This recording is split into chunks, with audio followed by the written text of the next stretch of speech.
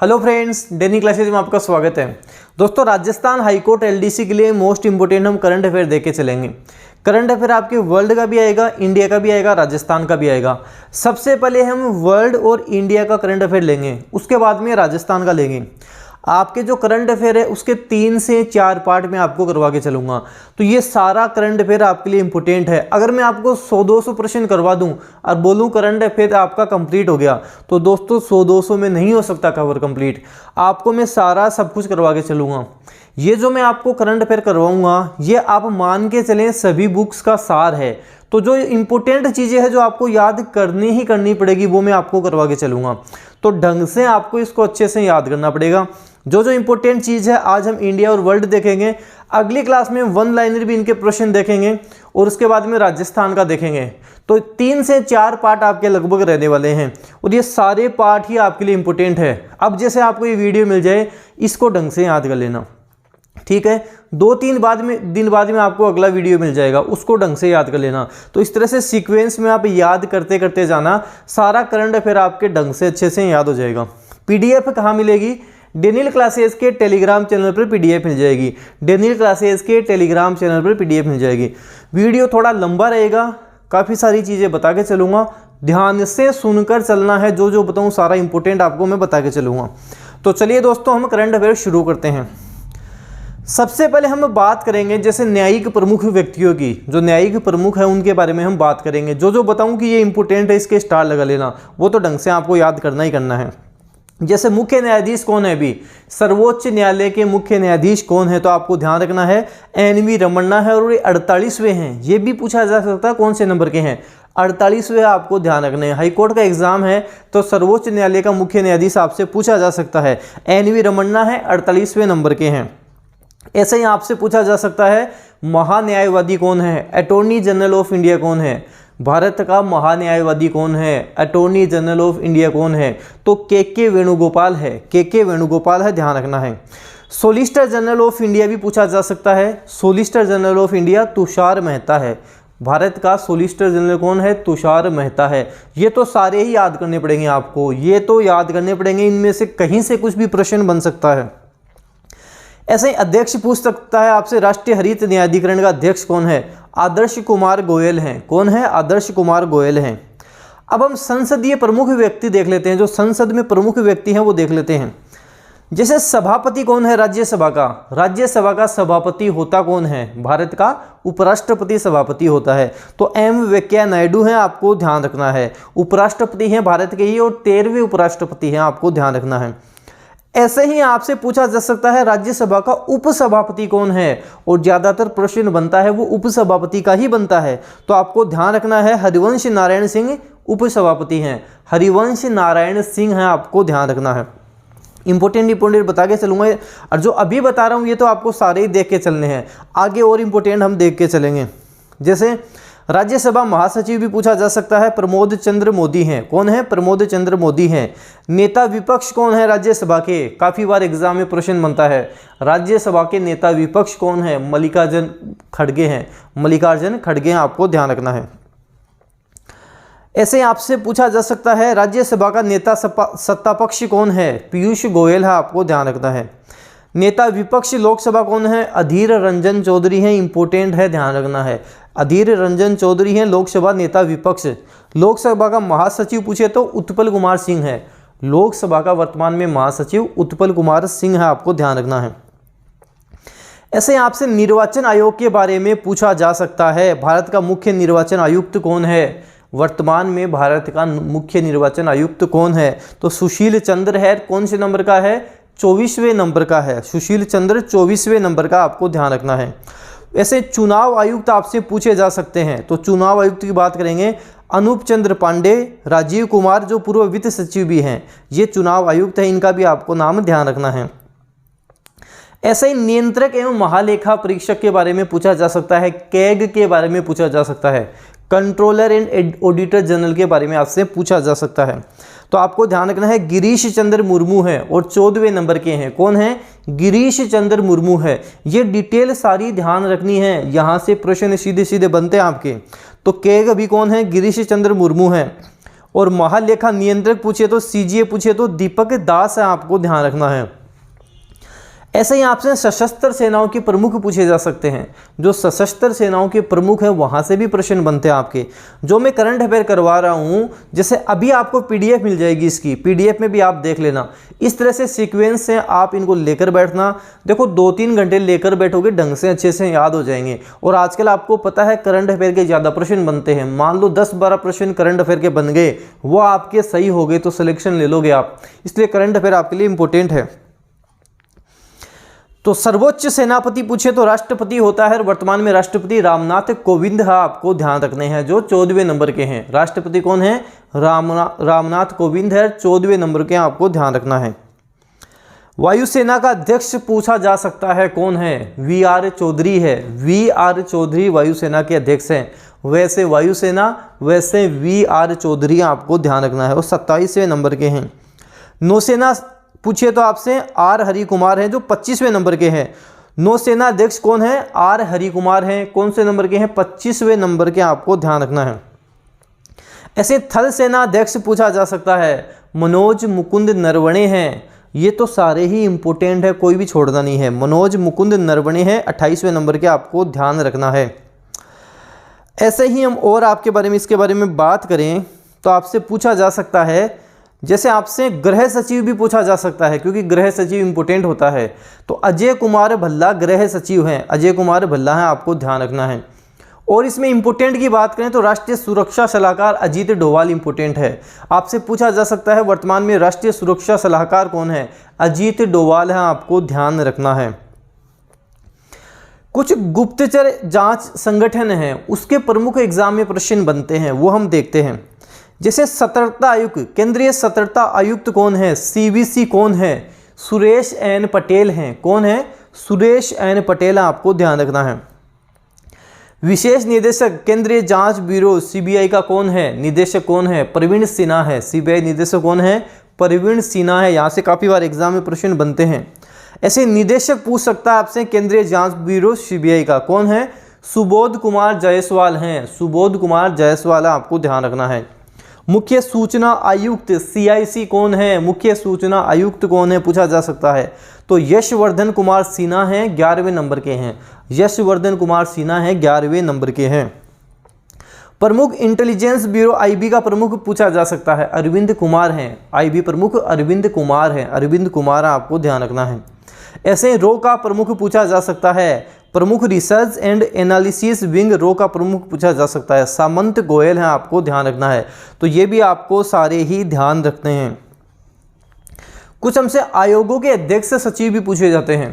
जो आयोग होते हैं, जैसे नीति आयोग हो गया, तो इनके अध्यक्ष सचिव ये भी पूछे जाते हैं। जैसे आपसे पूछा जा सकता है कि वर्तमान में नीति आयोग का अध्यक्ष कौन होता है? नीति आयोग का अध्यक्ष हमेशा प्रधानमंत्री होता है।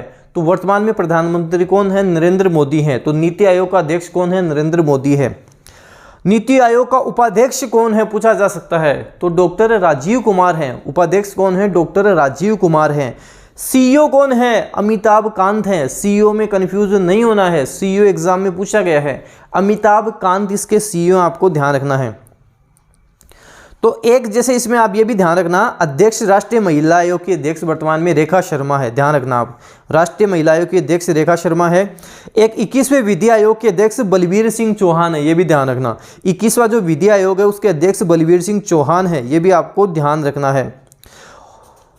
अध्यक्ष राष्ट्रीय पिछड़ा वर्ग आयोग का अध्यक्ष पूछे तो भगवान लाल साहनी है, ध्यान रखना आपको। तो ये इंपॉर्टेंट फैक्ट आपको ध्यान रखने हैं। जैसे एग्जाम में प्रश्न बनता है कि 14वें वित्त आयोग के अध्यक्ष कौन है? 14वें वित्त आयोग के अध्यक्ष कौन है? वाई.वी. रेड्डी हैं। कौन है? वाई.वी. रेड्डी, आपको ध्यान रखना है। 15वें वित्त आयोग के अध्यक्ष पूछे तो एन.के. सिंह है। 15वें के पूछे तो एन.के. सिंह है। 15वें के पूछे तो एन.के. सिंह, आपको कर देना है।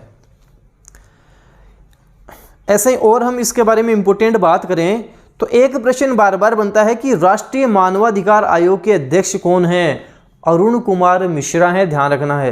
राष्ट्रीय मानवाधिकार आयोग के अध्यक्ष पूछे तो अरुण कुमार मिश्रा हैं, जो 8वें नंबर के हैं, ये भी आपको ध्यान रखना है। अब थोड़ी हम बात करते हैं भारतीय बोर्ड समिति प्राधिकरण एवं इनके अध्यक्षों के बारे में। रेलवे बोर्ड के वर्तमान में सीईओ और अध्यक्ष कौन है? इंपोर्टेंट प्रश्न है क्योंकि नियुक्ति अभी हुई है, थोड़े दिन पहले ही हुई थी, इसलिए आपके लिए मोस्ट इंपोर्टेंट ये प्रश्न रहने वाला है। वीके त्रिपाठी हैं, विनय कुमार त्रिपाठी हैं, आपको ध्यान रखना है। कौन है? विनय कुमार त्रिपाठी हैं। रेलवे बोर्ड के अध्यक्ष सीईओ पूछे तो विनय कुमार त्रिपाठी हैं। ऐसे ही आपका सेबी के बारे में पूछा जा सकता है, जो वर्तमान में अजय त्यागी हैं सेबी के अध्यक्ष, वो आपसे पूछा जा सकता है कि भारतीय प्रतिभूति एवं विनिमय बोर्ड सेबी के अध्यक्ष कौन हैं? अजय त्यागी हैं, एग्जाम में पूछा जा सकता है। ऐसे ही और हम बात करें तो सीबीडीटी के बारे में पूछा जा सकता है। केंद्रीय प्रत्यक्ष कर बोर्ड सीबीडीटी के अध्यक्ष कौन है? जेपी महापात्रा हैं। कौन है? जेबी महापात्रा, आपको ध्यान रखना है, वर्तमान में जेबी महापात्रा हैं। और हम बात करें आपसे, ट्राई का बार बार पूछ लिया जाता है, भारतीय दूरसंचार विनियामक प्राधिकरण ट्राई का अध्यक्ष पूछ लिया जाता है, तो पीडी वाघेला हैं। पीडी वाघेला आपको ध्यान रखना है, इंपॉर्टेंट है। ऐसे और हम बात करें लोकलेखा समिति का अध्यक्ष अधीर रंजन चौधरी हैं। लोकलेखा समिति का अध्यक्ष पूछिए तो अधीर रंजन चौधरी हैं, आपको ये भी ध्यान रखना है। और हम इसके बारे में बात करें, इंपोर्टेंट मैं आपको बता रहा हूं, तो ये सारे आपको ध्यान रखने हैं जो बताऊं। जैसे वैज्ञानिक एवं अनुसंधान संगठन के प्रमुख आपसे पूछा जा सकता है, जैसे इसरो का पूछ लिया, डीआरडीओ का पूछ लिया, ये पूछा जा सकता है। सबसे पहले बात करते हैं अध्यक्ष के बारे में। भारतीय अंतरिक्ष अनुसंधान संगठन इसरो का अध्यक्ष आपको पता है एस सोमनाथ बन गए हैं, इसलिए इंपोर्टेंट है। चेंज हो गए इसलिए इंपोर्टेंट है। इसरो के वर्तमान में एस सोमनाथ बन गए, आपको ध्यान रखना है, तो ये आपसे पूछा जा सकता है। ऐसे ही एक डीआरडीओ के बारे में भी पूछा जा सकता है, तो डीआरडीओ रक्षा अनुसंधान एवं विकास संगठन डीआरडीओ के जी सतीश रेड्डी हैं। कौन है? जी सतीश रेड्डी, आपको ध्यान रखना है, तो ये भी आपसे पूछा जा सकता है। थोड़ा बीसीसीआई के बारे में बात करते हैं, खेल संगठन के बारे में। बीसीसीआई भारतीय क्रिकेट कंट्रोल बोर्ड, बीसीसीआई के वर्तमान में कौन है? सौरभ गांगुली हैं, जो 39वें नंबर के हैं। कौन है? सौरभ गांगुली हैं, इंपॉर्टेंट है, आपको ध्यान रखना है। और इनमें हम बात करें तो सीईओ पूछ ले, बीसीसीआई का सीईओ कौन है? तो हेमांग अमीन सीईओ हैं, आपको ध्यान रखने हैं। भारतीय क्रिकेट टीम का मुख्य कोच कौन है? राहुल द्रविड़ हैं। कौन है? राहुल द्रविड़ है। महिलाओं के बारे में बात करें तो रमेश पवार है। महिलाओं का पूछिए, रमेश पवार, आपको ध्यान रखना है, तो ये भी आपको ध्यान रखने हैं। जैसे एक अंतर्राष्ट्रीय ओलंपिक समिति का बार बार पूछ लिया जाता है, थॉमस बोक हैं, ध्यान रखना, थॉमस बोक हैं। अंतर्राष्ट्रीय ओलंपिक समिति का पूछ ले तो थॉमस बोक, आपको ध्यान रखना है, तो ये भी आपको ध्यान रखना है। थोड़ी सी हम बात करें, जैसे आरबीआई के बारे में प्रश्न बनते हैं, वर्तमान में आरबीआई का गवर्नर कौन है? कौन है? शक्तिकांत दास हैं। कौन है? शक्तिकांत दास हैं, 25वें नंबर के हैं। RBI reserve bank of India के गवर्नर शक्तिकांत दास हैं, जो 25वें नंबर के हैं, आपको ध्यान रखना है। उप गवर्नर भी पूछते हैं, आरबीआई में 4 उप गवर्नर हैं, उनके बारे में भी पूछते हैं। टी रविशंकर हैं, एम राजेश्वर हैं, महेश कुमार जैन हैं और माइकल देवव्रत पात्रा हैं। चारों आपको ध्यान रखना है, रविशंकर ध्यान रखना है, राजेश्वर ध्यान रखना है, महेश कुमार और माइकल आपको ध्यान रखने हैं, 4 हैं। मुख्य वित्तीय अधिकारी आरबीआई का पूछे तो सुधा बालकृष्णन है। मुख्य वित्तीय अधिकारी सुधा बालकृष्णन है, आपको ध्यान रखना है। एसबीआई का अध्यक्ष दिनेश कुमार खारा है, साथ साथ ध्यान रख लेना, एसबीआई का अध्यक्ष दिनेश कुमार खारा है, तो ये चीज़ें आपको यहाँ से ध्यान रखनी है। अब कुछ अंतर्राष्ट्रीय जो संस्थान हैं, अंतर्राष्ट्रीय जो संगठन हैं, उसके प्रमुख हमसे पूछे जाते हैं, तो उसके प्रमुख भी हम देख लेते हैं। एक पूछा जाता है कि संयुक्त राष्ट्र संघ का महासचिव कौन है? वर्तमान में संयुक्त राष्ट्र संघ का महासचिव पूछा जाता है, तो एंटोनियो गुतेरेस हैं, जो पुर्तगाल के हैं, आपको ध्यान रखना है। एंटोनियो गुतेरेस हैं, जो पुर्तगाल के हैं, ये भी आपको ध्यान रखना है। एक यहाँ से प्रश्न बनता है कि क्षेत्र 70 में संयुक्त राष्ट्र महासभा के अध्यक्ष कौन है? अब्दुल्ला शाहिद हैं, जो मालदीव के हैं। अब्दुल्ला शाहिद मालदीव के हैं, आपको ध्यान रखना है, ये भी एग्जाम में प्रश्न बन जाता है। ऐसे ही पूछा जाता है आईएमएफ के बारे में, अंतर्राष्ट्रीय मुद्रा कोष के बारे में पूछा जाता है कि अंतर्राष्ट्रीय मुद्रा कोष आईएमएफ है, इसका प्रबंध निदेशक कौन है? तो क्रिस्टलिना जॉर्जिवा हैं। क्रिस्टलिना जॉर्जिवा हैं, जो बुल्गारिया की हैं। कौन है? क्रिस्टलिना जॉर्जिवा हैं, ये आपको ध्यान रखना है, इंपॉर्टेंट है। WTO के बारे में पूछा जा सकता है, विश्व व्यापार संगठन WTO वर्ल्ड ट्रेड ऑर्गेनाइजेशन के बारे में पूछा जा सकता है कि इसके महानिदेशक कौन है, तो नगोजी ओकोंजो इवेला हैं। नगोजी ओकोंजो इवेला आपको ध्यान रखना है। अंकटाड का पूछ लेते हैं कई बार, अंकटाड का महासचिव कौन है, तो रेबेका ग्रिप्सन है। रेबेका ग्रिप्सन आपको ध्यान रखना है। ऐसे यूनेस्को के बारे में पूछा जा सकता है कि यूनेस्को का महासचिव महानिदेशक कौन है, आंद्रे अजोले हैं जो फ्रांस के हैं। यूनेस्को के आंद्रे अजोले हैं, फ्रांस के हैं, आपको ध्यान रखना है। तो ये भी इंपॉर्टेंट है, आपको ध्यान रखना है। एक WHO है, वो भी इंपॉर्टेंट है कि WHO वर्ल्ड हेल्थ ऑर्गेनाइजेशन विश्व स्वास्थ्य संगठन का महानिदेशक कौन है, टेड्रोस अधानेम है। टेड्रोस अधानेम आपको ध्यान रखना है। तो यहाँ से भी प्रश्न बनते हैं, आपसे एग्जाम में पूछा जा सकता है। अब 2021 में कुछ चर्चित महिलाएं हैं, चर्चित महिलाएं जिनसे संबंधित एग्जाम में प्रश्न बनते हैं, वो हम देख लेते हैं। जिसे आपसे पूछा जाएगा कि पहली महिला चेयरमैन कौन बनी है सेल की। सेल की पहली महिला चेयरमैन कौन बन गई है, सेल सोमा मंडल बन गई हैं। सेल सोमा मंडल बन गई हैं, ध्यान रखना, एग्जाम में पूछा जा सकता है। सबसे युवा मेयर बनने वाली कौन है, देश की जो सबसे युवा मेयर बनी है कौन बनी है, आर्या राजेंद्रन बन गई थी। आर्या राजेंद्रन आपको ध्यान रखनी है। ऐसे पूछ सकते हैं कि नेसोकेम की पहली महिला अध्यक्ष कौन बनी, रेखा एम मेनन बनी। रेखा एम मेनन बनी। भारत की सबसे युवा महिला पायलट आयशा अजीज। भारत की सबसे युवा महिला पायलट आयशा अजीज, आपको ध्यान रखना है। ऐसे ही आपसे पूछा जा सकता है कि अंतरिक्ष में जाने वाली भारतीय मूल की दूसरी महिला कौन बनी, और बात करें तो भारतीय अमेरिकी तीसरी हैं, कौन है, शिरीषा बांदला हैं, आप ध्यान रखना, शिरीषा बांदला हैं। एक दिन के लिए मुख्यमंत्री कौन बनी उत्तराखंड की, सृष्टि गोस्वामी बनी थी। सृष्टि गोस्वामी बनी थी, ये भी आप ध्यान रखना। तो ये भी आपके लिए इम्पोर्टेंट रहने वाला है।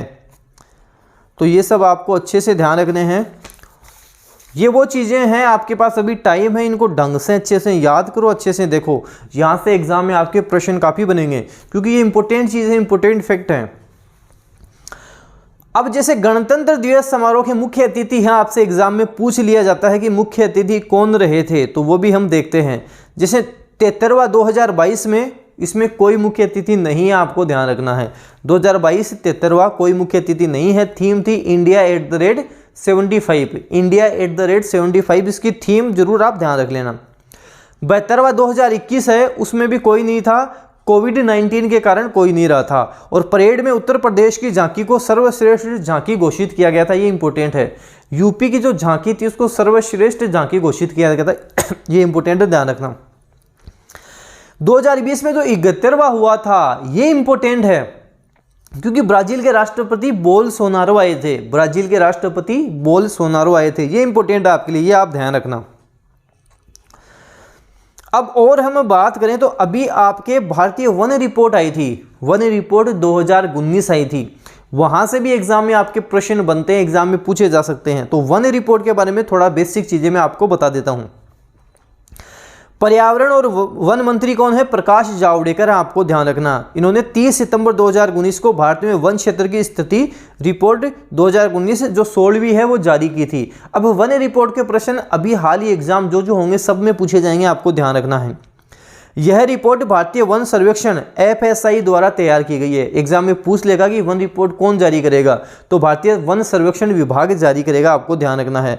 वन स्थिति रिपोर्ट FSI द्वारा 2 वर्षों के अंतराल पर प्रकाशित की जाती है।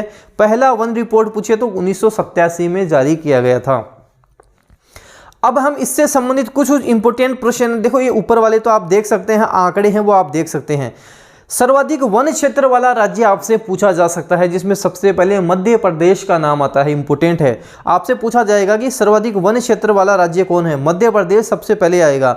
उसके बाद में अरुणाचल प्रदेश, छत्तीसगढ़ हो गया, कर्नाटक हो गया, आंध्र प्रदेश हो गया, केरल हो गया, आपको ध्यान रखना है। मध्य प्रदेश, अरुणाचल प्रदेश, छत्तीसगढ़, तीनों सीक्वेंस से ढंग से याद रख लेना। वन क्षेत्र में वृद्धि होने वाले शीर्ष कौन है, तो कर्नाटक है। वन क्षेत्र में वृद्धि वाले शीर्ष राज्य की बात करें तो कर्नाटक है, उसके बाद में आंध्र प्रदेश है। तो कर्नाटक, आंध्र प्रदेश, केरल, आपको ध्यान रखना है। सर्वाधिक वनावरण प्रतिशत वाला राज्य है मिजोरम, अरुणाचल प्रदेश, मेघालय। परसेंटेज भी फर्स्ट मिजोरम के 85.41 है, ध्यान रख लेना। सर्वाधिक वनावरण प्रतिशत वाला राज्य मिजोरम है, यहाँ से प्रश्न बनते हैं, ध्यान रखना है। भारतीय राज्यों में गुजरात में सर्वाधिक आर्द्र भूमि है, सर्वाधिक आर्द्र भूमि वाला क्षेत्र पूछे तो गुजरात है। वर्तमान में 49 आर्द्र भूमि स्थल हैं। वर्तमान में इंडिया में टोटल 49 है, ये भी आप ध्यान रखना। राजस्थान में भी 2 आर्द्र भूमि क्षेत्र हैं। प्रमुख कृषिगत उत्पादन भारत, ये आप ध्यान रख सकते हो। भारत में विश्व में कौन प्रमुख है, जैसे चावल की बात करें तो विश्व में चीन है, और भारत में बात करेंगे तो पश्चिमी बंगाल आपको ध्यान रखना है। गेहूं पूछा जा सकता है, आलू, गेहूं और आलू में बात करें यूपी का प्रथम स्थान आता है। ऐसे ही मक्का की बात करें तो अमेरिका में सर्वाधिक होता है, राजस्थान, भारत में बात करें तो कर्नाटक में होता है, आपको ध्यान रखना है। तो ये भी आपको ध्यान रखने हैं, ये जो इंपॉर्टेंट फैक्ट है सारे आपको ध्यान रखने हैं, इंपॉर्टेंट फैक्ट है सारे ही ध्यान रखने हैं। प्रमुख खनिज उत्पादन भी आपसे पूछा जा सकता है। इसमें तो चांदी ध्यान रखना आप, क्योंकि चांदी सर्वाधिक मैक्सिको है और राजस्थान का इसके बाद में स्थान आता है। भारत में पूछे तो राजस्थान का स्थान आता है। कच्चा तेल में भी भारत में राजस्थान का स्थान प्रथम आता है, आपको ध्यान रखना है। ऐसे ही अब हम थोड़ी बात करेंगे, कुछ राजस्थान के, इंडिया के कुछ स्थल हैं जिनका नाम चेंज किया गया है, जिनका नाम बदला गया है, और यहाँ से एग्जाम में प्रश्न आपके बन सकते हैं। अब जो जो इम्पोर्टेंट है वो मैं आपको बता रहा हूँ, जो जो नाम चेंजेज है जिसमें इम्पोर्टेंट नाम चेंज हुए मैं आपको बता रहा हूँ। केवड़िया रेलवे स्टेशन है गुजरात का, उसका एकता नगर रेलवे स्टेशन नाम कर दिया है। गुजरात का केवड़िया रेलवे स्टेशन इंपोर्टेंट है, एकता नगर कर दिया गया है। करंट का प्रश्न है, इंपोर्टेंट है। जवाहरलाल नेहरू रोड जो सिक्किम के, उसको नरेंद्र मोदी मार्ग कर दिया है, नरेंद्र मोदी मार्ग नाम कर दिया गया, आपको ध्यान रखना है। मोस्ट इंपोर्टेंट है मैनपुरी सैनिक स्कूल जो उत्तर प्रदेश की है, जनरल विपिन रावत सैनिक स्कूल नाम कर दिया गया है। स्टार लगा लेना, डबल 3, जितने स्टार लगा लेना इंपोर्टेंट है, आपको ध्यान रखना है। मैनपुरी सैनिक स्कूल उत्तर प्रदेश, जनरल विपिन रावत सैनिक स्कूल नाम कर दिया गया है। झांसी की रानी रेलवे स्टेशन है, उसका नाम वीरांगना लक्ष्मीबाई रेलवे स्टेशन कर दिया है, वीरांगना लक्ष्मीबाई रेलवे स्टेशन कर दिया गया है, ये भी इंपोर्टेंट है। और हम बात करें तो लोकसभा राज्यसभा टीवी का नाम अब संसद टीवी कर दिया है। लोकसभा राज्यसभा जो टीवी है उसका नाम संसद टीवी कर दिया, आपको ध्यान रखना है। ऐसे ही बात करें, फैजाबाद रेलवे स्टेशन उत्तर प्रदेश का अयोध्या कैंट नाम कर दिया है, अयोध्या कैंट उसका नाम हो गया है। मिड डे मील योजना का पीएम पोषण स्कीम नाम हो गया है, पीएम पोषण स्कीम उसका नाम हो गया है। राजीव गांधी औरंग राष्ट्रीय उद्यान असम में, औरंग राष्ट्रीय उद्यान उसका नाम कर दिया है, वर्तमान में औरंग राष्ट्रीय उद्यान उसका नाम है। स्टार लगा लो, सेना खेल संस्थान पुणे, स्टार लगा लो, इंपोर्टेंट है। नीरज चोपड़ा स्टेडियम इसका नाम हो गया है, नीरज चोपड़ा स्टेडियम नाम हो गया है। अलीगढ़ का नाम हरिगढ़ कर दिया है, उत्तर प्रदेश के अलीगढ़ का नाम हरिगढ़ कर दिया है, आपको ध्यान रखना है। ऐसे ही हम बात करें तो राम मंदिर जाने वाला सड़क क्या नाम हो गया है, कल्याण सिंह मार्ग नाम हो गया, अब कल्याण सिंह मार्ग उसे कहेंगे, आपको ध्यान रखना है। राजीव गांधी खेल रत्न पुरस्कार का मेजर ध्यानचंद खेल रत्न पुरस्कार इंपोर्टेंट है, वेरी वेरी इंपोर्टेंट है। राजीव गांधी खेल रत्न पुरस्कार मेजर ध्यानचंद खेल रत्न पुरस्कार के नाम से जाना जाएगा। काकोरी कांड को काकोरी ट्रेन एक्शन के नाम से जाना जाएगा, काकोरी कांड काकोरी ट्रेन एक्शन के नाम से जाना जाएगा, आपको ध्यान रखना है। ऐसे ही मोटेरा स्टेडियम जो अहमदाबाद गुजरात में है, नरेंद्र मोदी स्टेडियम, क्या नाम है, नरेंद्र मोदी स्टेडियम वर्तमान में नाम है। अयोध्या हवाई अड्डा मर्यादा पुरुषोत्तम श्री राम हवाई अड्डा नाम हो गया है, मर्यादा पुरुषोत्तम श्री राम हवाई अड्डा उसका नाम हो गया, आपको ध्यान रखना है। मानव संसाधन विकास मंत्रालय का नाम शिक्षा मंत्रालय हो गया है, मानव संसाधन विकास मंत्रालय का नाम शिक्षा मंत्रालय हो गया है। अंबाला सिटी बस स्टैंड का नाम सुषमा स्वराज बस स्टैंड हो गया है। तो जो जो इम्पोर्टेंट है वो मैंने आपको बता दिए हैं, और ये सारे इम्पोर्टेंट आपको ध्यान भी रखने हैं, एग्जाम में यहाँ से आपके प्रश्न बनेंगे ही बनेंगे। ऐसे इसरो के जो 2019 से 21 के प्रमुख मिशन हैं वो भी आप ध्यान रख सकते हैं, इसरो के जो प्रमुख मिशन है वो भी आप ध्यान रख सकते हैं। जैसे एक तो इसमें चंद्रयान 2 इम्पोर्टेंट है, प्रक्षेपण की तिथि जिसमें 22 जुलाई 2019 थी। GSLV MK 3 से इसको प्रक्षेपण यान रॉकेट से किया गया था, आपको ध्यान रखना है। EOS 03 जो 12 अगस्त 2021 को हुआ था, GSLV F10 से हुआ था। PSLV का मतलब क्या होता है, पोलर सैटेलाइट लॉन्च व्हीकल होता है, पोलर सैटेलाइट लॉन्च व्हीकल होता है। GSLV की बात करेंगे तो जियो सिंक्रोनस सैटेलाइट लॉन्च व्हीकल नाम होता है, इनके नाम भी आपको ध्यान रखने हैं। इसरो के जो आगामी मिशन है वो भी आपको ध्यान रखने हैं, जैसे 2022 में है चंद्रयान 3, चांद की सतह को छूने की एक और प्रयास, चंद्रयान 3। गगनयान 2022 भारत का पहला मानव अंतरिक्ष कार्यक्रम, गगनयान क्या है, भारत का प्रथम मानव अंतरिक्ष कार्यक्रम है, तो ये भी आपको ध्यान रखने हैं, यहाँ से भी एग्जाम में प्रश्न बन सकता है। ऐसे ही कुछ प्रमुख ऑपरेशनों के बारे में हम बात करेंगे। ऑपरेशन देवी शक्ति क्या है? तालिबान के कब्जे वाले अफगानिस्तान में फंसे भारतीयों को निकालने के लिए भारत सरकार द्वारा चलाया गया है ऑपरेशन देवी शक्ति, आपको ध्यान रखना है। ऑपरेशन सर्द हवा क्या है? सीमा सुरक्षा बल द्वारा राजस्थान के पश्चिमी अंतर्राष्ट्रीय सीमा पर घने कुहासे में घुसपैठ की घटनाओं को रोकने के लिए क्या चलाया गया है? ऑपरेशन सर्द हवा चलाया गया है, तो ये इंपोर्टेंट है, इनको छोड़ना नहीं है, ध्यान रखना है। ऐसे कुछ चर्चित व्यक्ति थे जिनका निधन हुआ है 2021-22 में, वो भी इंपोर्टेंट है, एग्जाम में प्रश्न बन जाएगा। जैसे एक हम बात करेंगे तो दुनिया के सबसे बुजुर्ग व्यक्ति जो 112 साल के थे, सेंटनिनो डे ला फुएंते, इनका निधन हो गया, इंपोर्टेंट आपको ध्यान रखना है। पंडित बिरजू महाराज का निधन हुआ है, जो महान कथक नर्तक थे, पंडित बिरजू महाराज कथक नर्तक थे, इंपोर्टेंट है, ध्यान रखना है। ऐसे ही हम बात करें प्रसिद्ध कन्नड़ लेखक चंपा, प्रसिद्ध कन्नड़ लेखक चंपा का भी निधन हुआ, ये भी आपको ध्यान रखना है। अनाथों के मां के रूप में लोकप्रिय सिंधुताई सपकाल का भी निधन हुआ, आपको ध्यान रखना है। जो अनाथों के मां के रूप में लोकप्रिय है सिंधुताई का नाम आपको ध्यान रखना है। और हम इसमें इंपोर्टेंट बात करें तो मनु भंडारी इंपोर्टेंट है, जो लेखिका थी, मनु भंडारी लेखिका जिनका निधन हुआ है, इंपोर्टेंट है, ध्यान रखना है।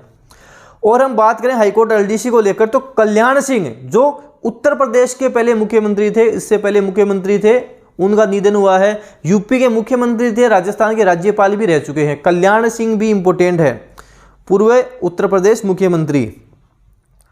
हिमाचल प्रदेश के पूर्व मुख्यमंत्री वीरभद्र सिंह का भी निधन हो गया, आपको ध्यान रखना है। ऐसे ही हम बात करें पर्यावरणविद जो चिपको आंदोलन से जुड़े हुए थे, सुंदरलाल बहुगुणा, इंपोर्टेंट है, निधन हो गया है।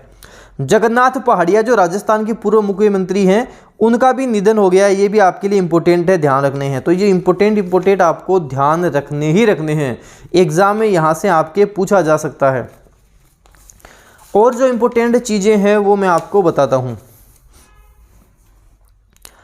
अब देखो हम बात करेंगे भारत और विश्व में जो प्रथम है, 2021 में हमारे लिए इंपोर्टेंट है, वो हम फैक्ट देख के चलेंगे, वन लाइनर हम देख के चलेंगे।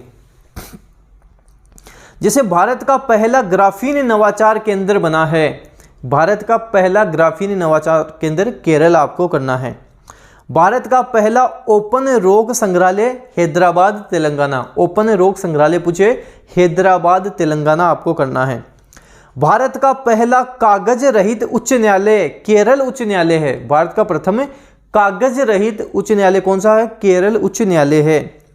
100% पेपरलेस होने वाला पहला देश दुबई हो गया है, जो 100% पेपरलेस है, कौन सा है? दुबई हो गया, ध्यान रखना है। कोरोना के बारे में जो आए सारा ही ध्यान रखना है, कोरोना के बारे में जो आए सारा ध्यान रखना है। आगे चल के कोरोना के बारे में और हम बात करेंगे। जैसे भारत में ओमिक्रॉन का पहला मामला कर्नाटक में आया, आगे और देखेंगे इसके बारे में। भारत का पहला वाटर प्लस शहर इंदौर मध्य प्रदेश, ध्यान रखना इंपोर्टेंट है। भारत का पहला घास संरक्षण केंद्र रानीखेत उत्तराखंड, ध्यान रख सकते हो। ऐसे ही और हम बात करें इसमें, जैसे भारत का सबसे बड़ा 13वां सौर ऊर्जा संयंत्र तेलंगाना आपको ध्यान रखना है। अब ये जो राजस्थान से संबंधित है, देश का पहला बाजरा अनुसंधान संस्थान बाड़मेर राजस्थान, ये मोस्ट इंपोर्टेंट है, ध्यान रखना। देश का पहला बाजरा अनुसंधान संस्थान बाड़मेर राजस्थान, ढंग से इसको अच्छे से आप देख लेना, इंपोर्टेंट आपके लिए। और हम बात करें तो आप ध्यान रख सकते हैं, जैसे पेपरलेस बजट पेश करने वाला पहला राज्य उत्तर प्रदेश है, आपको ध्यान रखना है। तो ये आपसे जो इंपोर्टेंट है, जैसे भारत की पहली पशु एम्बुलेंस की शुरुआत आंध्र प्रदेश है, इनको आपको ढंग से अच्छे से ध्यान रखना है, क्योंकि ये प्रथम भी हैं और 2021 में हुए हैं। तो 2021 की जितनी घटनाएं आपके लिए इंपोर्टेंट है, आपको ध्यान रखनी ही रखनी है। अब कुछ ब्रांड एम्बेसडर बने हैं, वो आपके लिए इंपॉर्टेंट है। कुछ इंपॉर्टेंट है जो मैं आपको बता के चलूँगा, आपको ध्यान रखने हैं। जैसे plant based meat company good dot के ब्रांड एम्बेसडर नीरज चोपड़ा बन गए। देखो नीरज चोपड़ा जिस फील्ड से जुड़े हैं, जहाँ से जुड़े हैं, सारा आपको ध्यान रखना है। नीरज चोपड़ा के एग्जाम में प्रश्न बन सकता है। तो plant based meat company good dot के ब्रांड एम्बेसडर नीरज चोपड़ा बने हैं, आपको ध्यान रखना है। ऐसे इनमें और हम बात करें, उत्तराखंड के ब्रांड एम्बेसडर ऋषभ पंत, आपको ध्यान रखना है। स्मृति मंधाना एग्जाम में पूछा जा सकता है। GUVI की ब्रांड एम्बेसडर बन गई है स्मृति मंधाना। ऐसे ही MC मेरी कॉम, ध्यान रखना है। ट्राइफेड आदि महोत्सव की ब्रांड एम्बेसडर MC मेरी कॉम है, इंपॉर्टेंट है, ध्यान रखना आपको। ऐसे ही और हम बात करें आपसे,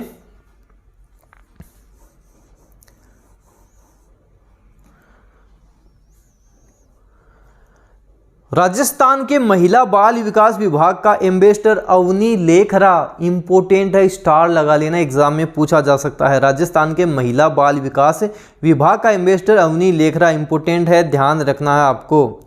ऐसे ही और हम बात करें तो बेटी बचाओ बेटी पढ़ाओ योजना का राजस्थान एम्बेसडर कौन है? अवनी लेखरा है। बेटी बचाओ बेटी पढ़ाओ, अवनी लेखरा, इंपोर्टेंट है, अवनी लेखरा से संबंधित प्रश्न बन सकता है। ऐसे टाटा AIA लाइफ इंश्योरेंस के ब्रांड एम्बेसडर नीरज चोपड़ा है। नीरज चोपड़ा से संबंधित सब कुछ ही आपको ध्यान रखना है। असम की समग्र शिक्षा अभियान की ब्रांड एम्बेसडर लवलीना बोरगोहेन बन गई है, आपको ध्यान रखना है। ऐसे केरल एडवेंचर टूरिज्म के ब्रांड एम्बेसडर PR श्रीजेश बने हैं। बैंकिंग धोखाधड़ी जागरूकता अभियान RBI द्वारा जो चलाया गया है, उसके ब्रांड एम्बेसडर नीरज चोपड़ा हैं, ये भी आपको ध्यान रखना है। नीरज चोपड़ा से संबंधित तो कुछ भी आपको छोड़ना नहीं है, सारा सब कुछ ही ढंग से अच्छे से ध्यान रखना है। अब और जो इम्पोर्टेंट चीज़ है, जैसे देखो ये कोविड के बारे में आ गया। देखो कोविड के बारे में एग्जाम में प्रश्न बन सकता है, आपको भी पता है इम्पोर्टेंट है। तो कोविड के बारे में एक बार ढंग से आप अच्छे से पढ़ लेना। वैसे भी एक प्रश्न 2 नंबर का आएगा, तो प्रश्न आपको छोड़ने नहीं है, कोविड के बारे में ढंग से पढ़ना है। जैसे कुछ इंपॉर्टेंट चीज़ें मैं आपको बता रहा हूँ। कोरोना वायरस की शुरुआत दिसंबर 2019 में चीन के वुहान से शुरुआत हुई थी। कोरोना का आधिकारिक नाम पूछिए तो कोविड-19 कोरोना वायरस डिजीज है। WHO द्वारा वैश्विक महामारी कब घोषित किया गया था? एग्जाम में पूछ लेता है। वर्ल्ड हेल्थ ऑर्गेनाइजेशन, विश्व स्वास्थ्य संगठन ने इसको वैश्विक बीमारी कब घोषित किया था, महामारी कब घोषित किया था? 11 मार्च 2020 को किया था, स्टार लगा लेना, इंपोर्टेंट है, 11 मार्च 2020। कोरोना वायरस से मानव शरीर का प्रभावित होने वाला अंग फेफड़ा है। भारत में कोरोना वायरस का पहला मामला दर्ज किया गया था, केरल में दर्ज किया गया था। फर्स्ट मामला केरल में आया था, इंपोर्टेंट है, ध्यान रखना है। कोरोना काल में दुनिया का पहला मास्क मुक्त देश इजराइल बना था, ध्यान रखना है। देश में कोरोना वायरस के संक्रमण से पहली मौत कर्नाटक में हुई थी। पहला वायरस कहाँ आया था? केरल में आया था, मौत कर्नाटक में हुई थी, ध्यान रखना है। PM नरेंद्र मोदी ने जनता कर्फ्यू लगाने की अपील कब की थी? 22 मार्च 2020 को की थी, 22 मार्च 2020 को की थी। भारत में जो पहला लॉकडाउन लगा था वो 25 मार्च से 14 अप्रैल 2020, 21 दिन का लॉकडाउन लगा था, इंपोर्टेंट है, ध्यान रखना है, 21 दिन का लॉकडाउन लग गया था। कोरोना को महामारी घोषित करने वाला पहला राज्य हरियाणा था, महामारी घोषित पहला राज्य हरियाणा है। कोरोना वायरस के कारण पूर्ण कर्फ्यू लगाने वाला पहला राज्य पंजाब, जिसने पूरी तरह कर्फ्यू लगा दिया था, पंजाब है। कोरोना वायरस के कारण लॉकडाउन करने वाला पहला राज्य राजस्थान है। कोरोना के कारण लॉकडाउन सबसे पहले राजस्थान ने किया था, स्टार लगा लेना, आपके लिए इंपोर्टेंट है। ऐसे ही और हम इसके बारे में बात करें और इनको आप देख सकते हैं। जैसे सबसे पहले प्रधानमंत्री जो संक्रमित हुआ था वो बोरिस जॉनसन, ब्रिटेन के प्रधानमंत्री थे, आप इनको देख सकते हैं। कोविड-19 रोगियों के पहला प्लाज्मा बैंक खोला गया था, दिल्ली में खोला गया था, आपको ध्यान रखना है। तो ये इंपॉर्टेंट फैक्ट है, ये आपको कोरोना के बारे में तो ध्यान रखने ही रखने हैं। कोरोना के बारे में आपसे कुछ भी प्रश्न बन सकता है, पूछा जा सकता है। ऐसे कोविड-19 से संबंधित ऑपरेशन चलाए थे, अभियान चलाए थे, मिशन चलाए थे, वो आपको ध्यान रखने हैं। जैसे एक चलाया था वंदे भारत मिशन है, विदेश में फंसे 14,800 भारतीय नागरिकों को घर लाने के लिए चलाया गया अभियान वंदे भारत मिशन कहलाता, आपको ध्यान रखना है। ऑपरेशन समुद्र सेतु, मालदीव में फंसे भारतीयों को वापस लाने के लिए भारतीय नौसेना का ऑपरेशन समुद्र सेतु है, आपको ध्यान रखना है। तो जो जो इम्पोर्टेंट पहल हुई हैं वो सारे भी आपको ध्यान रखने हैं। अब हम बात करेंगे थोड़ी नई शिक्षा नीति 2020। नई शिक्षा नीति हाल ही में आई थी, उससे संबंधित थोड़ा बहुत देख लेते हैं बेसिक चीज़ें जो आपके एग्जाम में बन सकती हैं। 29 जुलाई 2020 को मानव संसाधन विकास मंत्री रमेश पोखरियाल निशंक द्वारा नई शिक्षा नीति की घोषणा की गई, जो 34 साल पुरानी राष्ट्रीय शिक्षा नीति 1986 को प्रतिस्थापित करेगी। आपको ध्यान रखना है। और एक इम्पोर्टेंट प्रश्न यहाँ से बनता है कि नई शिक्षा नीति के निर्माण के लिए इसरो प्रमुख के कस्तूरी रंगन की अध्यक्षता में विशेषज्ञों की एक समिति ने मई 2019 को राष्ट्रीय शिक्षा नीति 2020 का मसौदा तैयार किया था। आपको ध्यान रखना है। तो मानव संसाधन विकास मंत्रालय का नाम बदलकर शिक्षा मंत्रालय कर दिया गया है। रमेश पोखरियाल निशंक प्रथम शिक्षा मंत्री कहलाएंगे। आपको ध्यान रखना इंपॉर्टेंट है।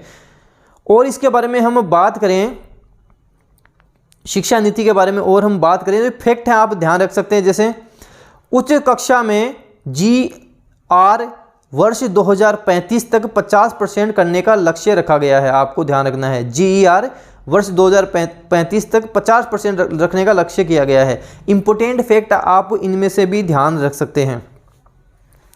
नीति आयोग के बारे में भी आपसे एग्जाम में प्रश्न बन सकता है। नीति आयोग की बात करें तो 1 जनवरी 2015 को गठित की गई थी। योजना आयोग के स्थान पर इसको लाया गया है। ये एक गैर संवैधानिक निकाय है। आपको ध्यान रखना है। नीति आयोग की फुल फॉर्म पूछी जा सकती है, national institute for transforming India. National institution for transforming India इसकी फुल फॉर्म हो जाएगी। आपको ध्यान रखना है। अध्यक्ष की हमने बात की, प्रधानमंत्री होता है तो नरेंद्र मोदी हैं। उपाध्यक्ष की नियुक्ति प्रधानमंत्री करेगा और उपाध्यक्ष को कैबिनेट मंत्री का दर्जा प्राप्त होता है। नीति आयोग के प्रथम उपाध्यक्ष अरविंद पनगड़िया थे। प्रथम कौन थे? अरविंद पनगड़िया थे। और सीईओ की बात करें तो नीति आयोग के प्रथम सीईओ सिंधु श्री खुल्लर थे। आपको ध्यान रखना है। तो ये भी आपको ध्यान रखना है। और हम इसके बारे में बात करें, आर्थिक समीक्षा जहां से ज़्यादा प्रश्न बनते हैं, आपको पता है आर्थिक समीक्षा से प्रश्न बनते हैं, ज़्यादा प्रश्न बनते हैं। तो आर्थिक समीक्षा भी आपको छोड़नी नहीं है, सारा देख के चलना है। जैसे वित्त वर्ष 2022-23 में भारतीय अर्थव्यवस्था के 8 से 8.5% बढ़ने का अनुमान है। आर्थिक समीक्षा के अनुसार वित्त वर्ष 2021-2021 में 7.3% गिरावट के बाद 2021-22 में भारतीय अर्थव्यवस्था को 9.2% बढ़ने का अनुमान है। कृषि और संबंध क्षेत्रों में 3.9% वृद्धि की संभावना है। ये आंकड़े आपको रटने पड़ेंगे, ध्यान रखने पड़ेंगे। आर्थिक समीक्षा से संबंधित प्रश्न बन जाते हैं हमारे। ऐसे ही हम बात करें तो भारत अगले 3 साल तक दुनिया की सबसे तेजी से उभरती अर्थव्यवस्था बनी रहेगी। सालाना आधार पर अप्रैल-नवंबर 2021 के दौरान सकल कर राजस्व में 50% से ज़्यादा की बढ़ोतरी दर्ज की गई है। 2021-22 की पहली छमाही में सकल पूंजी प्रवाह बढ़कर $65.6 बिलियन हो गया है। इंपॉर्टेंट है। 31 दिसंबर 2021 तक विदेशी मुद्रा भंडार $633.6 बिलियन स्तर पर पहुंच गया है। 2021-22 में जीडीपी की तुलना में सामाजिक सेवाओं पर व्यय बढ़कर 8.6% हुआ, जो 2014-15 में 6.2% था। आंकड़े रटने पड़ेंगे। नवंबर 2021 के अंत तक चीन, जापान और स्विट्जरलैंड के बाद भारत चौथा सबसे ज़्यादा विदेशी मुद्रा भंडार वाला देश बन गया है। चौथे नंबर पर है। रट लेना, इंपॉर्टेंट फैक्ट है। और हम इसके बारे में बात करें तो 2021-22 में CPIC मुद्रास्फीति घटकर 5.2% रह गई है। ये भी आपको ध्यान रखना है। तो ये जो इंपॉर्टेंट फैक्ट है, जैसे भारत विश्व में 10वां सबसे बड़ा वन क्षेत्र वाला देश है, आपको ध्यान रखना है। तो ये सारी चीज़ें आपको ध्यान रखनी पड़ेंगी, सारी चीज़ें इंपॉर्टेंट है। जैसे इसमें एक चीज़ यहाँ दे रखी है, भारत अमेरिका और चीन के बाद विश्व में तीसरा सबसे बड़ा स्टार्टअप इकोसिस्टम बन गया है। इंपॉर्टेंट है, आपसे एग्जाम में प्रश्न ये बन सकता है, तो आपको ध्यान रखना है। तो ये सारी इससे संबंधित इंपॉर्टेंट चीज़ें जो आपको ध्यान रखनी है। ऐसे थोड़ी और हम आर्थिक परिदृश्य के बारे में बात करते हैं जो आपसे एग्जाम में बनता है। जैसे ILO के अनुसार 2022 में वैश्विक बेरोजगारी 207 मिलियन का अनुमान है। ILO इंटरनेशनल लेबर ऑर्गेनाइजेशन है। भारत का विदेशी मुद्रा भंडार घटकर 632.7 अरब डॉलर पर पहुंचा, इंपोर्टेंट है। प्रधानमंत्री जन धन खातों में जमा राशि 1.5 लाख करोड़ रुपए के पार पहुंच गई है, एग्जाम में पूछा जा सकता है। एप्पल 3 बिलियन बाजार मूल्य प्राप्त करने वाली पहली कंपनी बन गई है, मोस्ट इंपोर्टेंट है, आपको ध्यान रखना है। ऐसे ही और इसके बारे में बात करें, इंपोर्टेंट मैं आपको बता देता हूं। जैसे आरबीआई के अनुसार गुजरात भारत का सबसे बड़ा मैन्युफैक्चरिंग हब बना। भारत 2021 में प्रेषण का दुनिया का सबसे बड़ा प्राप्तकर्ता बन गया, आपको ध्यान रखना है। और बात करें, हाल ही में कांडला पहला ग्रीन विशेष आर्थिक क्षेत्र सेज बन गया है, इंपोर्टेंट है, आपसे पूछा जा सकता है। तो ये सारी चीज़ें भी आपसे एग्जाम में पूछी जा सकती हैं। ऐसे दे रखा है कि अमेरिका भारत का दूसरा सबसे बड़ा तेल आपूर्तिकर्ता बन गया है, पूछा जा सकता है।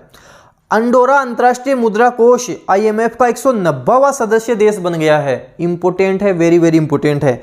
अंडोरा IMF का 190वां सदस्य देश बन गया है, इंपोर्टेंट फैक्ट है ये, यहाँ से प्रश्न एग्जाम में आपके बन सकता है।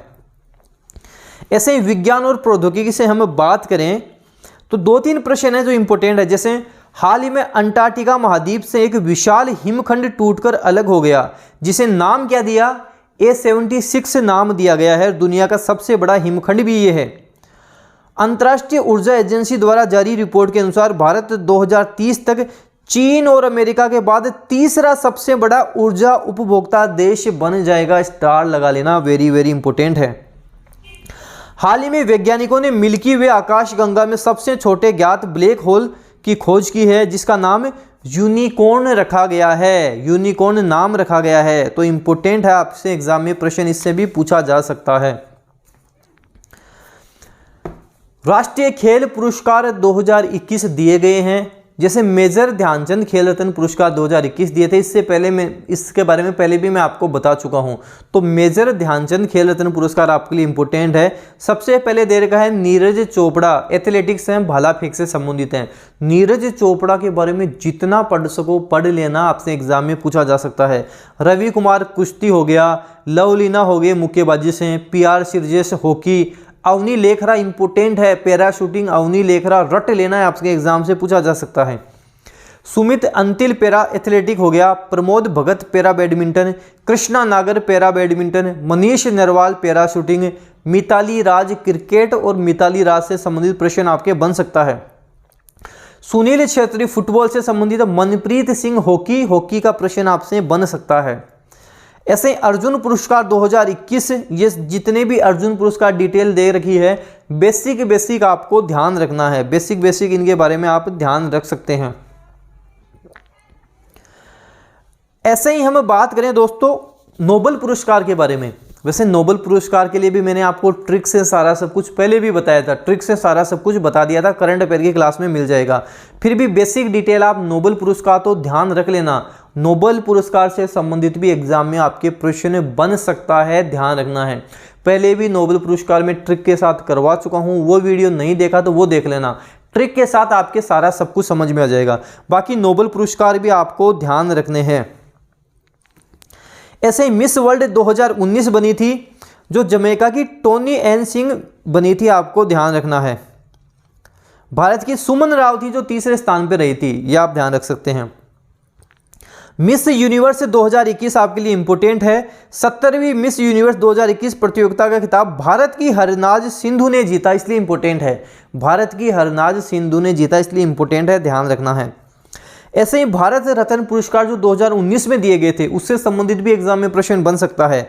तो पूर्व राष्ट्रपति प्रणब मुखर्जी हैं, प्रसिद्ध संगीतकार भूपेन हजारिका हैं और समाज सेवी नानाजी देशमुख हैं। इनको 2019 का सर्वोच्च नागरिक सम्मान भारत रत्न मिला है, आपको ध्यान रखना है। भारत रत्न से पूछा जा सकता है, ये प्रश्न गोल्डन प्रश्न होते हैं, कभी पुराने नहीं होते हैं।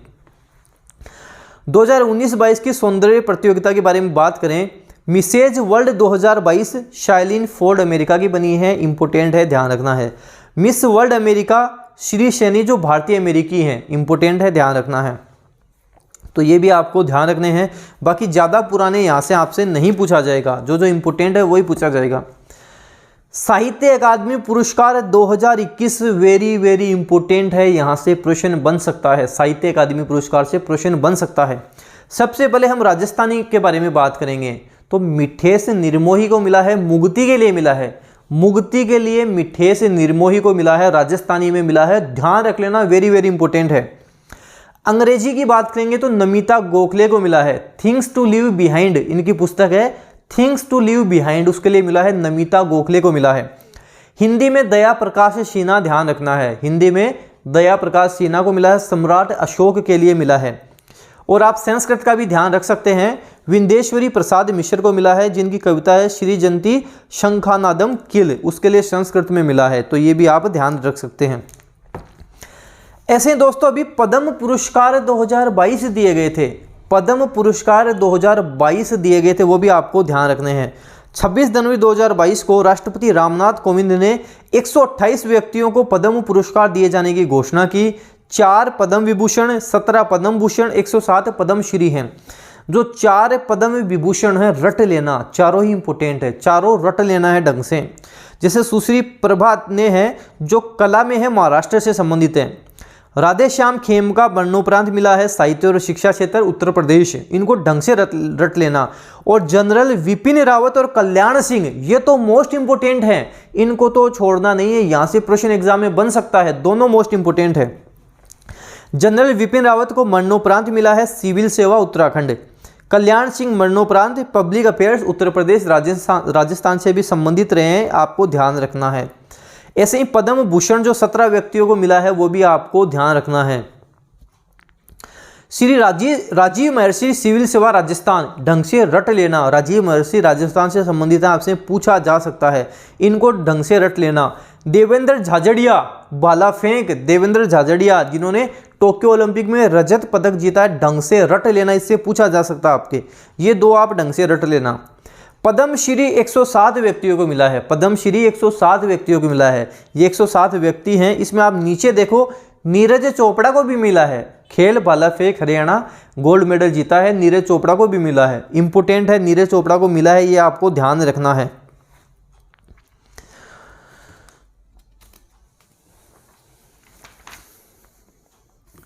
अब कुछ अन्य पुरस्कार भी हैं, जिसे ज्ञानपीठ पुरस्कार का एग्जाम में प्रश्न बन जाता है, ज्ञानपीठ पुरस्कार भी पूछ लेता है, साहित्य क्षेत्र में मिलता है। 57वां जो 2021 में मिला था वो कोंकणी उपन्यासकार दामोदर मोजो को मिला था, 57वां मिला था।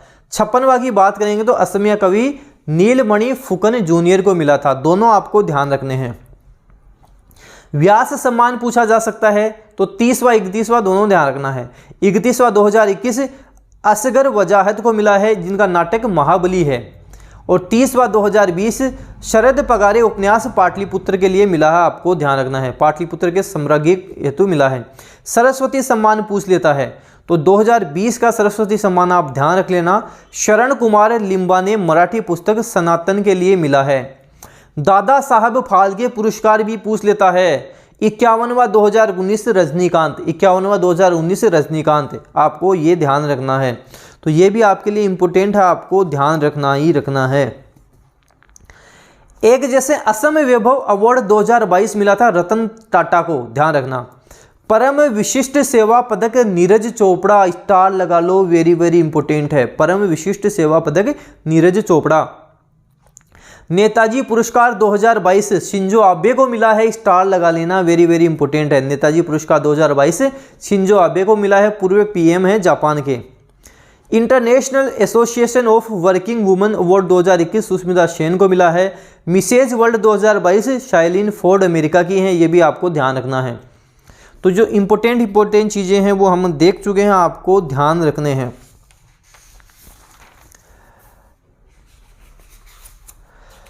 अब हम बात करते हैं करंट अफेयर में 32वां टोक्यो ओलंपिक गेम, यहाँ से प्रश्न बनेगा। टोक्यो ओलंपिक गेम के बारे में पहले भी मैंने आपको काफ़ी बताया हुआ है, और टोक्यो ओलंपिक तो ढंग से रटना ही पड़ेगा आपको। ये जो चीज़ें बता रहा हूँ ये करना ही करना पड़ेगा, इनमें से प्रश्न बनेंगे आपके, छोड़ने नहीं हैं। 32वां टोक्यो ओलंपिक 2021 आयोजन टोक्यो जापान में हुआ है। 23 जुलाई से 8 अगस्त 2021 तक, डेट पूछ सकता है कब से कब तक हुआ, तो 23 जुलाई से 8 अगस्त 2021 तक हुआ था। शुभंकर क्या था? मीराई तोवा था। शुभंकर पूछ लेगा, मीराई तोवा करना है। और आदर्श वाक्य पूछे तो united by emotion, united by emotion आदर्श वाक्य था इसका। कुल देश 206 हैं, प्रतिस्पर्धाएं 33 हैं, मैच 339। भारतीय एथलीट कितने हैं? 127 भारतीय एथलीट हैं, आपको ध्यान रखना है। भारत का आधिकारिक ओलंपिक थीम सॉन्ग लक्ष्य है तेरे सामने, क्या है? लक्ष्य है तेरे सामने है। भारत का ओलंपिक चीयर सॉन्ग हिंदुस्तानी वे किसने लिखा? AR रहमान ने लिखा, ध्यान रखना है। टोक्यो ओलंपिक के उद्घाटन समारोह में भारत के ध्वजवाहक, इस तरह के प्रश्न पूछे जाते हैं। कौन था? मेरी कॉम थी, मुक्केबाज हैं, और मनप्रीत सिंह थे जो भारतीय पुरुष हॉकी टीम के कप्तान हैं। मेरी कॉम थी और मनप्रीत सिंह थे। समापन समारोह में भारत के ध्वजवाहक कौन थे? बजरंग पूनिया पहलवान थे। बजरंग पूनिया जो पहलवान हैं, आपको ध्यान रखना है। ऐसे ही पूछा जा सकता है कि भारतीय ओलंपिक टीम का आधिकारिक प्रायोजक कौन था? आइनॉक्स था, आपको ध्यान रखना है। ओलंपिक में पहले भारतीय जिम्नास्टिक जज बने दीपक काबरा बने, जिम्नास्टिक जज दीपक काबरा बने। क्वालिफाई करने वाली पहली भारतीय महिला फेंसर कौन है? भवानी देवी है, आपको ध्यान रखना है।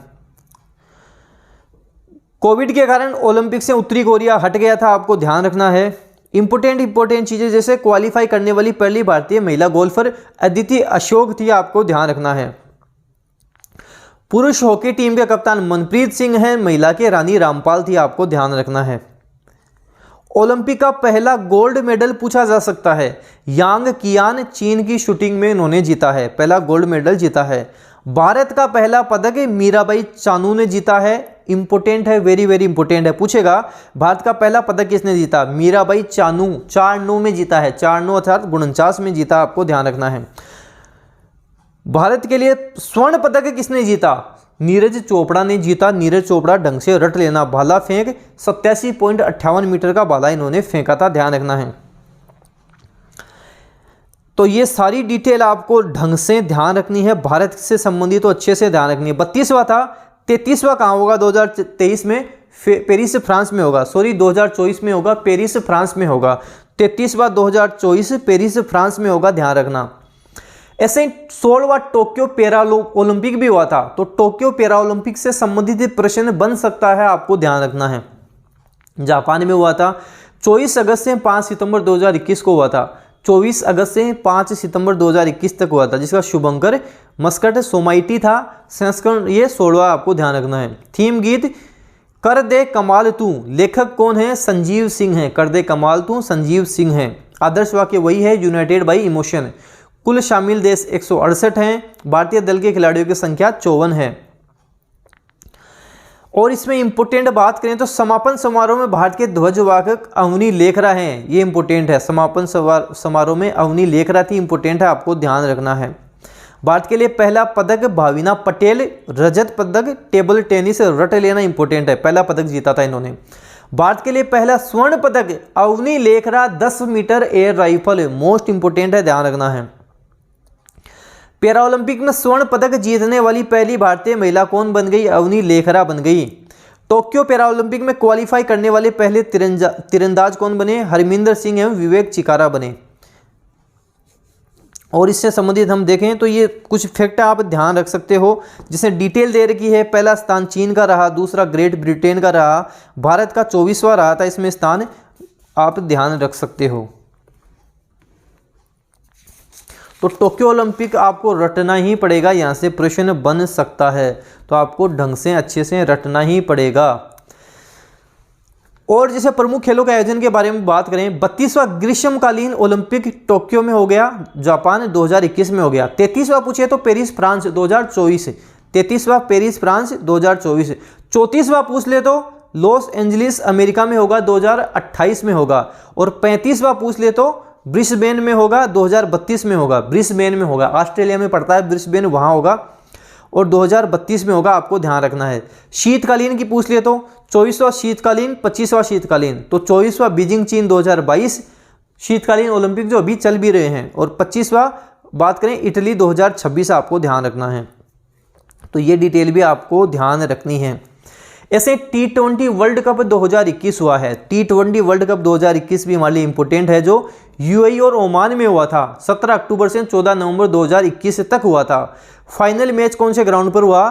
दुबई इंटरनेशनल स्टेडियम पर हुआ था। विजेता ऑस्ट्रेलिया आपको पता है 8 विकेट से हराया था, न्यूजीलैंड को हराया था। और ऑस्ट्रेलिया के कप्तान फिंच थे, फिंच ऑस्ट्रेलिया के कप्तान थे। न्यूजीलैंड के कौन थे? केन विलियमसन न्यूजीलैंड के कप्तान थे। कुल देश 16 थे, कुल मैच 45 हुए हैं। सर्वाधिक रन बाबर आजम पाकिस्तान का उसने बनाए हैं। सर्वाधिक विकेट की बात करें तो वानिंदु हरसंगा श्रीलंका। फाइनल में man of the match Mitchell Marsh Australia, man of the match पूछा जा सकता है। Player of the tournament David Warner Australia, आपको ध्यान रखना है। एकमात्र शतक लगाने वाले खिलाड़ी जोस बटलर, इंग्लैंड के 101 रन जिन्होंने बनाए थे। तो ये इससे संबंधित भी आपसे प्रश्न पूछे जा सकते हैं, आपको ध्यान रखने ही रखने हैं। ऐसे कुछ गेम होते हैं, जैसे आपसे बात पूछा जाएगा उबेर कप किससे संबंधित है? उबेर कप तो बैडमिंटन से संबंधित है, ध्यान रखना। उबेर कप बैडमिंटन से संबंधित है, आपको ध्यान रखना है। विजेता चीन है, उपविजेता जापान है।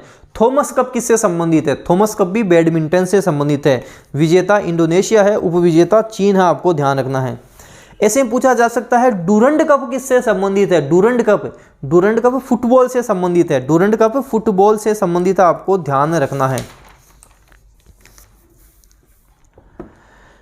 कुछ और हम बात करें, जैसे पीआर श्रीजेश ने world game athlete of the year पुरस्कार 2021 जीता। इंपोर्टेंट है, अच्छे से आपको ध्यान रखना है। गोलकीपर सविता पूनिया भारतीय महिला हॉकी टीम की कप्तान बन गई हैं। रानी रामपाल की जगह सविता पूनिया अब कप्तान बन गई है, ध्यान रखना है। तमिलनाडु के भरत सुब्रमण्यम भारत के 73वें शतरंज ग्रैंड मास्टर बन गए हैं। तमिलनाडु के भरत सुब्रमण्यम 73वें बन गए हैं, आपको ध्यान रखना है। एबी डिविलियर्स जिन्होंने संन्यास लेने की घोषणा की थी, वो भी आपको ध्यान रखना है। और आईपीएल में अब 2 नई टीमें आई हैं, अहमदाबाद और लखनऊ, दोनों आपको ध्यान रखनी है। अहमदाबाद और लखनऊ नई टीम आई हैं, तो ये चीज़ें भी आपको ध्यान रखनी है। ऐसे ही हम बात करें कुछ बुक्स के बारे में भी हम देख लेते हैं। जो बुक्स हैं वो भी हम देख लेते हैं। जैसे अभी फियरलेस गवर्नेंस आई थी, फियरलेस गवर्नेंस आई थी, किरण बेदी की थी। फियरलेस गवर्नेंस किरण बेदी की बुक थी, आपको ध्यान रखना है। A little book of India Ruskin bond की है, काफ़ी फेमस भी है। Little book of India Ruskin bond की है, ध्यान रखना है। The 10 trillion dream Subhash Garg की बुक है। The legend of Birsa Munda अंकित वर्मा और तुहीन सिन्हा की है। अंकित वर्मा तुहीन सिन्हा की है। बोस काफ़ी इंपोर्टेंट है। Bose the untold story of an inconvenient nationalist Chandrachur Ghosh की बुक है। चंद्रचूड़ घोष की बुक है, ध्यान रखना है। Indomitable a working women notes on life work and leadership Arundhati Bhattacharya की रट लेना इंपोर्टेंट है। Ratan and Tata the authorised biography doctor Thomas Mathew ने लिखी है, इंपोर्टेंट है। गांधी के हत्यारे the making of Nathuram Godse Dhirendra Jha ने लिखी थी, ये भी इंपोर्टेंट है। ममता बियॉन्ड 2021 जयंत घोषाल ने लिखी हैं। तो ये इंपोर्टेंट बुक है, आपको ध्यान रखनी है। इससे संबंधित भी एग्जाम में प्रश्न आपके बन सकते हैं। बुक से संबंधित भी आपके एग्जाम में प्रश्न बन सकते हैं। और ऐसे ही हम बात करेंगे कि सुरक्षा परिषद के नए अस्थायी सदस्य, जैसे 1 जनवरी 2021 से भारत, आयरलैंड, मेक्सिको, नॉर्वे और केन्या संयुक्त राष्ट्र सुरक्षा परिषद के 5 नए अस्थायी सदस्य बन गए हैं। इनकी 2 वर्ष की सदस्यता 31 दिसंबर 2022 तक प्रभावी रहेगी। तो ये भी आपसे प्रश्न एग्जाम में बन सकता है, इसको भी आपको ध्यान रखना ही रखना है। और थोड़ी हम बात करते हैं भारत में लॉकडाउन के बारे में। जैसे लॉकडाउन से संबंधित प्रश्न बन सकता है। जनता कर्फ्यू 22 मार्च 2020 को प्रधानमंत्री ने लगाया था। पहला लॉकडाउन 25 मार्च से 14 अप्रैल 2020 21 दिन तक लगा था, प्रधानमंत्री ने ये लगाया था।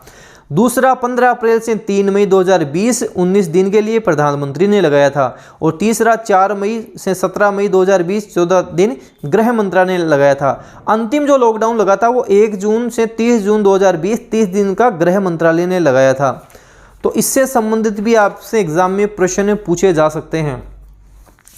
तो ये हमारा आज फर्स्ट पार्ट हो गया। इससे जो थ्योरी से संबंधित जो है वो मैं आपको बता चुका हूं। अब आगे वाली क्लास में 1 लाइनर हम देखेंगे, एक सिंगल लाइन के प्रश्न देके चलेंगे।